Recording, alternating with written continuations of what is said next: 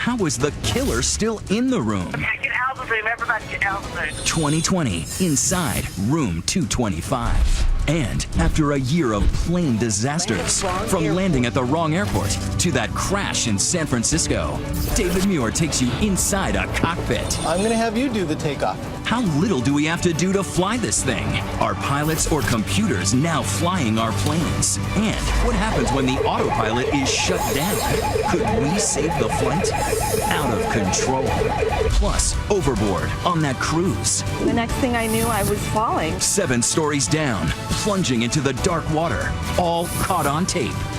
And sexed up to taped up. All stars to amateurs. Who gets your vote tonight for the most horrible passenger ever? Yes, I pee on the plane. Imperfect Getaways. Here's Elizabeth Vargas and David Muir. We're starting here tonight in the middle of a Memorial Day weekend, and of course that means the kickoff to all of your summer getaways with the family. But you're about to see what happens when one getaway takes a mysterious and deadly turn. That's right, a mother and a son on a trip to a hotel in the mountains. But a quiet killer was waiting there and had struck in the same room just weeks before. Here's Matt Gutman unlocking the mystery of room 225. 3,000 feet up in the brisk Blue Ridge mountain air, the busy little town of Boone, North Carolina, as in Daniel Boone. He camped here, and 200 years later, the tourists are still coming. It's a college town. It's one of those things that's like a small community. Just about everybody knows everyone. Where everybody's welcome at the Best Western Hotel. Cable TV, buffet breakfast, an indoor heated swimming pool, one of the few in town. And something they may not tell you at the front desk. A dark secret in room 225. The guests were dying. Tell me about the day that you decided to drive up to Boone. We were going to pick up our daughter from science camp that she was up there in. Jeannie Williams decided at the last minute to turn a day trip from the family farm in Rock Hill, South Carolina, into an overnight adventure for her homeschooled 11-year-old son, Jeffrey. He just liked hotels. He liked to travel, and that was a neat thing to do for some reason, and he just enjoyed it. They check into the Best Western in Boone on June 7th, 2013, but not into room 225. Newspaper reporter Elizabeth Leland. And now, in one of those terrible, tragic ironies in this case, the room they were in reeked so much of cigarette smoke that they asked to be switched to another room. They were upgraded to room 225. Was it a nice room? It was a nice room. It was a big room, and it had a fireplace, and it had a kind of heart-shaped tub. Jeffrey wasn't quite sure about that. He thought that was quite interesting and never had seen that before. Was there anything unusual about the room? No, there was nothing. Jeffrey is in bed in his PJs. My last vision I have of him is just sitting on the edge of the bed and him holding the iPad and playing a game. But something comes over Jeannie. I started feeling bad and just kind of a stomach ache kind of feel. I thought maybe something I had eaten. In the bathroom, it gets worse. 911 worse, but her phone is in the other room. And I'm thinking, I just got to get to my phone. And I remember on the floor reaching and trying to get to the door, to open the door. And I couldn't. And then that's the last thing I remember. And I fell, I guess. The next morning, Brianne Williams waiting for her mother and brother, but they never show. This is not typical of your mother. No. I remember sitting at the lunch table. All of my friends were around me, and I said, something's wrong. She calls her dad. He calls the hotel. A clerk checks on room 225 and finds Jeannie and Jeffrey. They never left the room. Ma'am, that's 2 bodies, and I need some help down here now. Okay, are they breathing? Are they awake? No, they're not. Just please hurry. Next thing I remember is waking up in the hospital room. I couldn't talk. I guess that was from being in a coma. He got me a notepad and a pencil or pen because I wanted to know where Jeffrey was. Jeannie scribbles a B for Bit, her husband's pet name for their son. And then he said Bit. And that's when he told me that Jeffrey was with Jesus.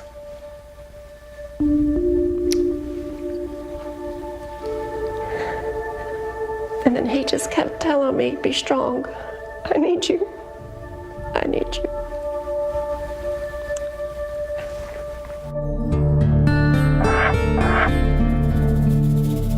How did Jeffrey die? The first clue was in that 911 call from the Best Western. This just happened to us last month, so please come help us. Hear that? Just happened to us last month? Then she says it again. For EMT Mike Edisman, first on the scene to rescue Jeannie Williams, the call to the Best Western and Room 225 was eerily familiar. And I think it sounds familiar. Turns out he had been on another call to that same room 7 weeks earlier. I looked at my partner and I said, if I'm not mistaken, that's the same room we had the last call in. What's your reaction? Then we walk in and we find 2 more bodies. Same room. Suddenly you realize that room 225 is some sort of death trap. Yes. 4 bodies, same hotel room. Same hotel room. And then you start thinking, you know, something's going on. The first sign something was going on came 7 weeks before, back in April of 2013. Just like Jeannie and Jeffrey Williams, Daryl and Shirley Jenkins, a retired couple from Washington State, spent the night in room 225. When they didn't show up for breakfast, someone had gone to check on them, too. And when she opened the door, she found Shirley lying in the front entranceway near the bathroom, and Daryl was lying in the hot tub, and they were both dead. Hello. Hello. Tell me what's going on there.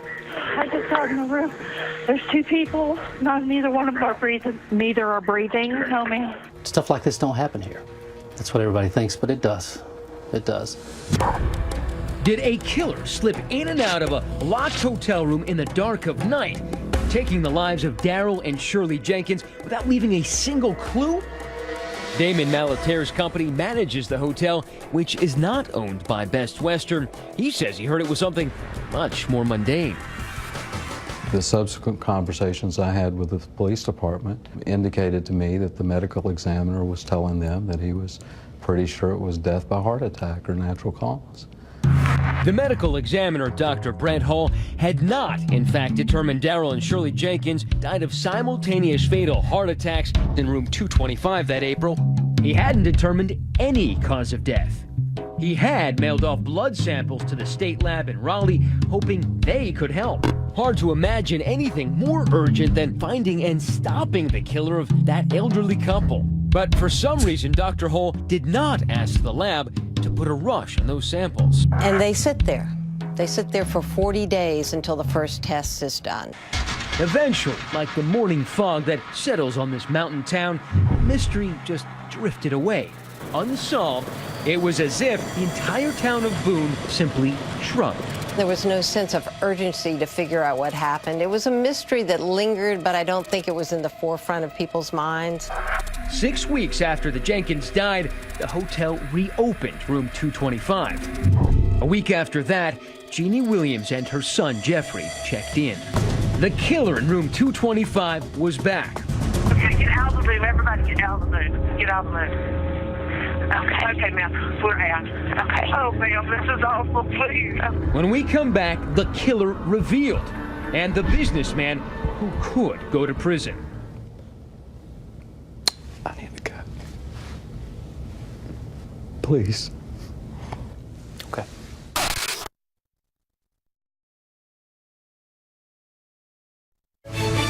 "2020 Saturday" continues. Once again, Matt Gutman.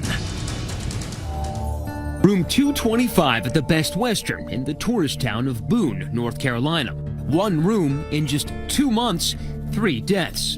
Elderly male, elderly female, neither one is breathing, has CPR progress. First, it was Daryl and Shirley Jenkins, found dead in room 225. Is anyone there willing to attempt CPR, or do you think They're doing it right now? they are doing CPR right now? Doing it since we found them. Okay. Four people working on them, and there's no response. That was April 16th. 3 days later, the Solinsky family throws a birthday pool party and sleepover at the hotel for their daughter Levi and 8 friends. They check into room 325. No one tells them about the Jenkins tragedy in the room just below. And soon enough, they have a disaster of their own. All girls were very sick, puking in bathtubs, sinks, toilets. While I'm calling their parents, they were falling off like flies. It was pretty scary. It was just supposed to be fun, and then it turns dangerous. Zielinski says she complained to the front desk. I told him again in the morning, there's an environmental hazard in this room. You need to get somebody in here. Nobody ever said, well, actually, last week, this happened below you. My name was written on a yellow sticky note, and I was told the general manager would be told. But Damon Malater, whose company managed the hotel, swears the clerk never told him. So you were not informed by your employees that people had gotten sick in the room right above 225. I wasn't. And then, even though the medical examiner had not yet determined what killed the Jenkins, 6 weeks later, Malater reopened room 225. You thought there was no reason to be suspicious of something inside the room. We never would have reopened that room if we had any thoughts whatsoever that there was something wrong or that would hurt somebody. The death trap was ready for its next victims, Jeannie Williams and her 11-year-old son, Jeffrey. I think he was laying on the covers, just like he went to sleep. In his pajamas? Yes. Somehow, Jeannie survived. She's not talking, right? She's unconscious. She's unconscious, but she is alive. But this time, an alert 911 operator realizes the deadly danger is right there in room 225. Okay, I'm going to need you to just to go ahead and get out of that room. Medicate. Okay, get out of the room. Everybody get out of the room. Get out of the room. First responders arrive. Their hazmat detectors go crazy. They follow a toxic trail downstairs, past the pool, and at last corner the killer. A faulty pool heater which generates carbon monoxide, an odorless, invisible, and deadly gas. The heater's exhaust pipe was supposed to conduct the carbon monoxide safely outside. But hidden under a drop ceiling right under room 225, state investigators find the pipe is busted, full of holes, propped up with a VHS cassette tape and a hotel ice bucket, spewing poison gas into the room above. Malater, the manager, says he knew nothing of these problems. Why wasn't the killer in room 225 stopped before Jeffrey Williams died? The police investigation and 2020 reporting shows he died of a tragedy of errors. Attorney Chad Petit says soon after the Jenkins were killed, their family warned the Best Western that they suspected carbon monoxide was to blame. That was before Jeffrey died. So they were warned before Jeffrey died that there could be a carbon monoxide problem? Absolutely. By the family of people who had just been killed in that same room, and they didn't do anything about it? Apparently, if they did, it wasn't enough. The hotel manager at the time says authorities never mentioned carbon monoxide. Do you feel any responsibility for what happened? I don't believe that anybody in any way involved, whether it be the authorities or the contractors or my employees or myself, should go to bed tonight and not feel responsibility. But what you're saying is that doesn't mean you're criminally culpable. I would never willfully hurt a guest if I knew that I could keep that from happening. The most outrageous failure of all? The state tells 2020 it sent Shirley Jenkins' toxicology report showing she'd been killed by carbon monoxide to medical examiner Brent Hall on June 3rd, in plenty of time to save a little boy's life. Jeffrey Williams would not check in for another 4 days, but not a peep from Dr. Brent Hall, not a single warning. Is it possible that had the medical examiner who had the report, the autopsy, saying that it was carbon monoxide poisoning that had killed the Jenkins in the same room in which Jeffrey Williams was staying, and he had delivered that report to the hotel or the police, Jeffrey might still be alive? I absolutely agree with that. We went to Dr. Hall's office where a receptionist was unreceptive. Hi there. Yes, ma'am. I'm Matt Gutman from ABC News. Hi. Okay, I'm not interested, thanks. Hall has resigned as the medical examiner. This isn't the first time carbon monoxide has killed in a hotel. Dr. Lyndall Weaver has been warning about the danger for years. The reason a hotel is particularly dangerous is really because of the sheer number of people who could be there. Weaver studied carbon monoxide incidents in motels, hotels, and resorts. In one 5-year period, more than 750 people were poisoned. Like the group of 5 boys celebrating a birthday in a Miami hotel, all of them killed. It is exceedingly dangerous. If the levels are high enough, it can kill people in minutes. Unlike smoke detectors, there is no federal requirement for carbon monoxide detectors in hotel rooms. A handful of states, now including North Carolina, do require them in some areas of the hotel. Jeffrey Williams' family is starting a foundation to raise awareness. And it's very simple. Carbon monoxide detectors are cheap in the grand scheme of life.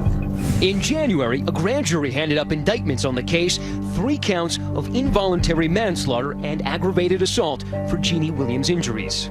The DA's office decided to submit to the grand jury one name, and that name being Barry Damon Malatier. Malatier says his legal troubles don't compare to what the families of the victims have gone through. How often do you think about this? Every day. That boy, that elderly couple. Every day. I need the cut. Heartbreaking. All that sweet Blue Ridge mountain air right outside the window, and inside room 225, people literally dying for a breath of fresh air. Amidst all that grief, the Williams can't seem to catch theirs. Jeannie Williams was reminded of what she lost at a recent wedding. When it came time for the mother and the groom dance, I won't have that.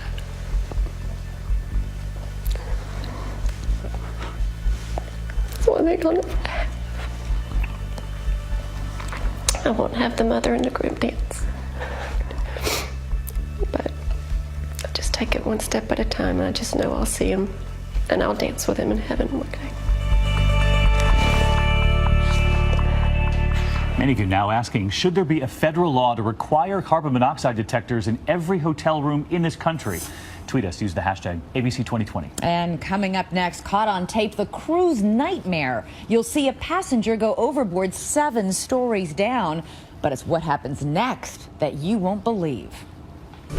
Next, amazing video. That speck is a person plummeting 7 stories overboard. Even more amazing, she survived. It's pitch black outside. You're in the middle of the ocean, all alone. Waiting for rescue. Coming up.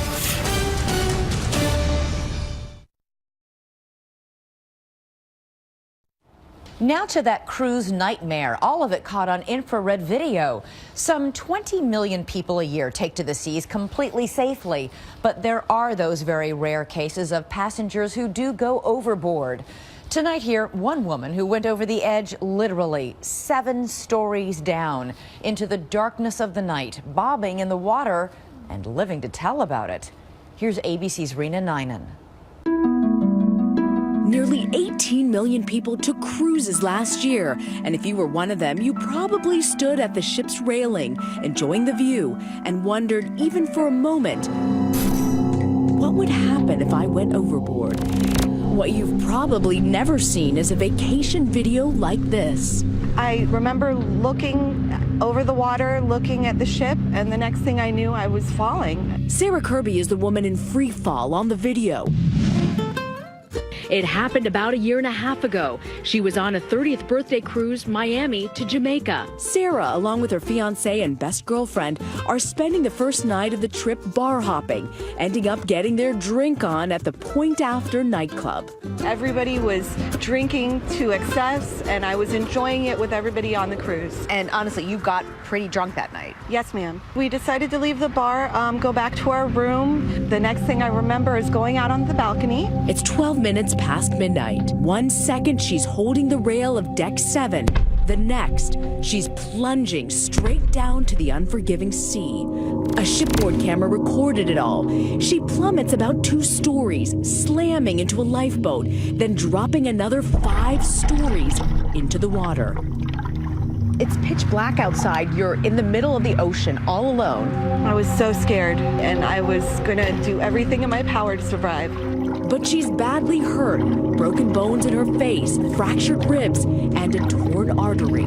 I remember being in a lot of pain, so I would swim for a little bit, and then I would be out of breath and I would float in the water with my face up, but then the water would crash into my mouth and I would choke. 10 minutes pass. They feel like hours, and all Sarah sees is the ship sailing away towards the horizon. As you watch the ship fade away in the distance, what's going through your mind? Words can't even describe the feeling I felt at that moment. I just prayed to God over and over, please don't let me die out here. It's actually one of the rarest events that happens on cruise ships. The rate of one overboard for every 1,650,000 passengers. Cruise industry lawyer Larry Kay is correct. Few people go overboard, and yet, in a 3-week period earlier this year, it happened on no less than 5 different ships. You don't get blown or swept off of a cruise ship. It does not happen. All of these incidents, unfortunately, are accompanied by some reckless or deliberate act. Sarah can't say exactly why she fell, but alone in the water, it didn't really matter. Were you panicking? I was most definitely panicking a lot. And did you have a sense that someone knows that you're overboard? I prayed that somebody had saw me. Her best friend as well as another passenger alert the crew right away. And of course, the ship's camera had recorded the whole thing. Why wouldn't the captain just turn around right away? I think that's the million-dollar question. Kirby's lawyer, Michael Winkleman, claims Carnival Cruise Line personnel searched the ship for nearly 20 minutes before informing the captain. The vessel should have been stopped. They should have been throwing life rings overboard so that she could have grabbed onto one, and they should have immediately gone and looked at the video. According to Carnival Cruise Line's own records, it's 12:36 before anyone sees the video. Sarah's been in the water for 24 minutes, petrified of sharks and trying to stay afloat. Things would sweep across my foot in the water, and I would just try to continue swimming and not focus on that. When you fall overboard, God forbid, and you disappear in the dark, in the deep waters, no one is going to see you. Maritime lawyer James Walker has seen this sort of thing before. He makes a living suing cruise lines. They may have a closed-circuit television camera on the deck, but it's not monitored and it's not connected to an alarm. Walker is representing the family of Jason Rapay, a man who didn't survive when he went overboard off another ship. The way systems work now is there's no detection system. The ships will continue to sail on for 2 or 3 hours. By the time the Coast Guard searched for Jason, they couldn't find a body. But in Sarah Kirby's case, folks, I have some very good news. We have found. The video gave them a specific time and place. It's 1:43 a.m. when Sarah is spotted, an hour and 31 minutes after she fell. The relief of seeing something in the ocean other than me was unbelievable, that something was out there that could help me. And we are now bringing her back on board the vessel. 1:53 a.m., she's back on board. What would it take to make rescues at sea happen faster? What we have here is a camera, a laser sensor, and we have software that is running on the screen behind us. Dave Leone says his company, Radio Zealand, has got a ship-shaped system already. So I guess you need someone to jump off the boat to demonstrate this. If you're up for it. To see how it works, gotta put this on? Sure. I will take the plunge. Here we go. Let's do it. 3, 2, 1. By the time I hit the water, an alarm is sounding, and the system indicates exactly where I went overboard. From this demonstration, it seems like it works, so why don't cruise ships use it? That's the question we've been asking. The vendors of these systems are very anxious to bring them to market. You can have birds set it off. You can have debris of any kind floating in the air, set it off. These detection systems are not perfected. Obviously, this demonstration was on a boat, not a giant cruise ship, and on calm water. Carnival Cruise Line, the industry's largest, tells 2020 extensive testing at sea has yet to reveal any system that meets its standards. In fact, few ships have one. Our parent company Disney tells 2020 it does have the technology on its ships. As for Sarah, she's recovering, but even though the ship saved her life, she hired a lawyer and is suing. You're suing a cruise line that did ultimately rescue her within a short period of time, and she was, by her own admission, intoxicated. Is this suit really fair? Absolutely, 100% fair. What Carnival did was wrong. They overserved her alcohol, and when she went overboard, they had awful policies and procedures in place. What's the point in having a camera if there's no one there watching it? In a statement to 2020, Carnival Cruise Line says that the claims in this suit are completely unsupported and contradicted by the evidence in the case. I call it sail and sue. We deal with it all the time. I think cruise ships are probably the safest vacation option available to most people. For me, the only safer vacation option would be in my backyard. No word if Sarah's next vacation will be in her backyard, but it's a sure bet she won't be cruising again anytime soon. Next, airplanes out of control. From landing at the wrong airport to the Asiana crash. Are computers in the cockpit doing too much and pilots too little? How many minutes are we talking where you're actually working the cockpit? 3 minutes. 3 minutes on a 7-hour flight. Shocking lessons from the control deck. With all of your summer trips ahead, you'd like to think that those high-tech cockpits on planes are making flying safer, and they are. But what happens when those computers suddenly shut off? Are pilots really ready to take over? Tonight here, I take you inside the cockpit. How quickly are we able to turn the whole flight right over to the computers? A big passenger jet landed at the wrong airport. Wrong airport. The wrong airport. Southwest Flight 4013 landing at the wrong airport in Missouri. The runway far too short. Pilots slamming on the brakes. The brakes were applied forcefully. We were lurched forward a little bit. I was glad I had my seatbelt on. Investigators suspect pilot error. Just listen to the confusion in the cockpit. I assume I'm not at your airport. So it's 4013. Have you landed? Yeah. In November, this giant cargo jet landing at the wrong airport in Kansas, too. Again, suspected pilot error. And last July, Southwest Flight 345 slamming down nose first at New York's LaGuardia Airport. The whole plane just went down very quickly. Suspected pilot error, the captain fired. Asiana 214 Heavy. And these stunning images released of that crash landing in San Francisco, Asiana Flight 214, slamming down far too short on the runway. And the most recent video to emerge, the chaotic moments just after the crash. Let's don't go in there. Everybody's in there right now, they're dead. When in the confusion, firefighters accidentally run over a 16-year-old survivor, killing her. Inside that cockpit, the FAA still investigating pilot error. California dad Ben Levy was on that flight. You had picked up toys for the boys, and what were they? They were actually fire trucks. They were both into fire rescue mode. Ironically, having no idea. Yes, that's what you would find landing. Those Asiana pilots telling investigators they thought computers were controlling the speed as they came in. Coming home, Ben knew that jet was far too low. We're too low. I saw walls of water splashing from the thrust of the engine above the windows of the airplane. The water was splashing above the windows. Literally, I'm thinking we're going to miss the runway and hit the water. In San Francisco Bay, Ben remembering the moment, he sensed the pilots were trying to regain control. You said it felt like the pilot was trying to take off suddenly all over again. The guy put full throttle on the engine to start to gain some altitude again. The tail breaking off, the plane skidding, flipping into a cartwheel, slamming back to the ground. What did it feel like? Extremely violent shock. Everybody's screaming. This crash brings new questions about whether pilots have become too reliant on computers, on automation. The NTSB has ruled out mechanical failure. They're still investigating why those pilots could not land on a perfectly clear day. To me, that was a gross example of a loss of airmanship skills, basic skill set that every pilot should have when they get into any airplane. Retired American Airlines pilot Tom Casey says pilots are now relying too heavily on automation. When the technology has grown to such sophistication, the pilot has kind of been squeezed out of the process. The pilot's been turned into a passenger. Cockpits so sophisticated now, he says that pilots are flying with little more than the press of a few buttons. We asked Casey how many buttons did he push on a typical flight from New York to London, 3,400 miles. How often would you actually touch something in the cockpit on one of those long flights? 7 times. 7? 7 times. How many minutes are we talking where you're actually working the cockpit?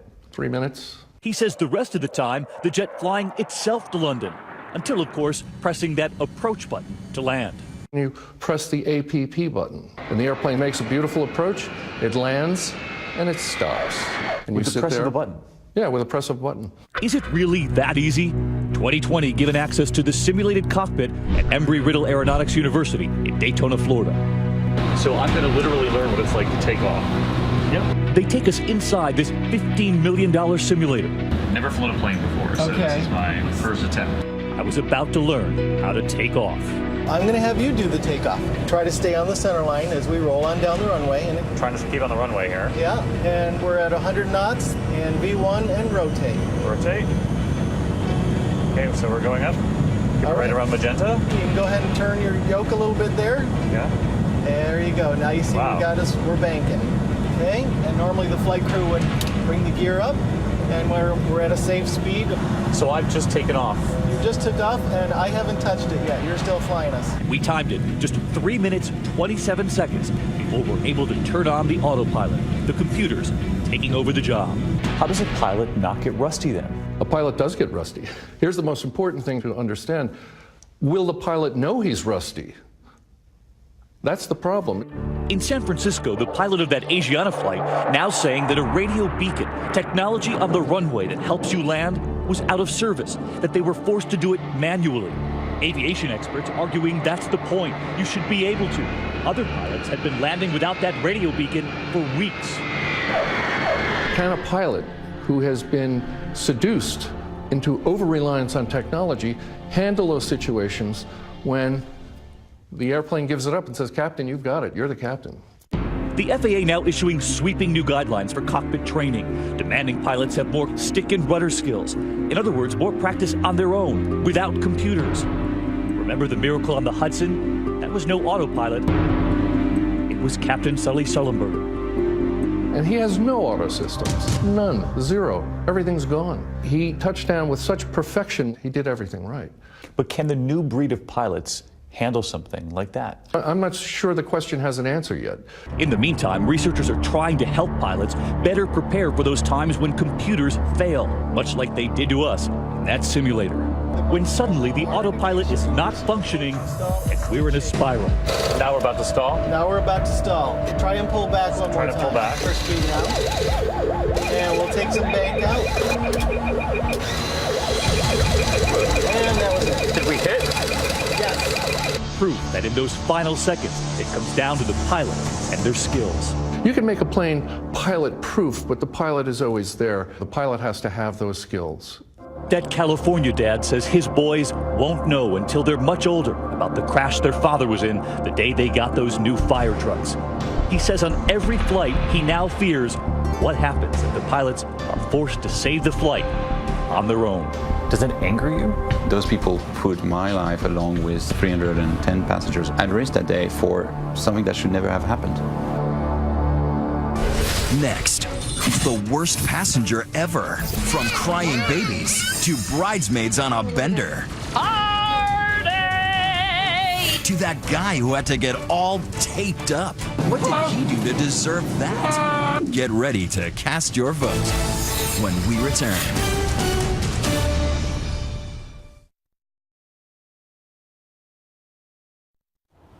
We've all been there before, on a flight next to someone who's, let's just say, isn't ideal. Snoring, loud headphones, taking up too much room, talking too much. What happens when they fall asleep in your lap? ABC's Nick Watt with the contenders tonight for the worst passenger ever. We're talking about a volatile mixture of crowds, delays, security, fear of flying, screaming babies, and a bucket load of liquor. And anything can happen. What about this? A pair of tipsy mums taking the security check too seriously. And then there's this. Sweet senior falling in with the wrong crowd en route to Cabo. Women can pull off a Funny man Hal Sparks has seen it all.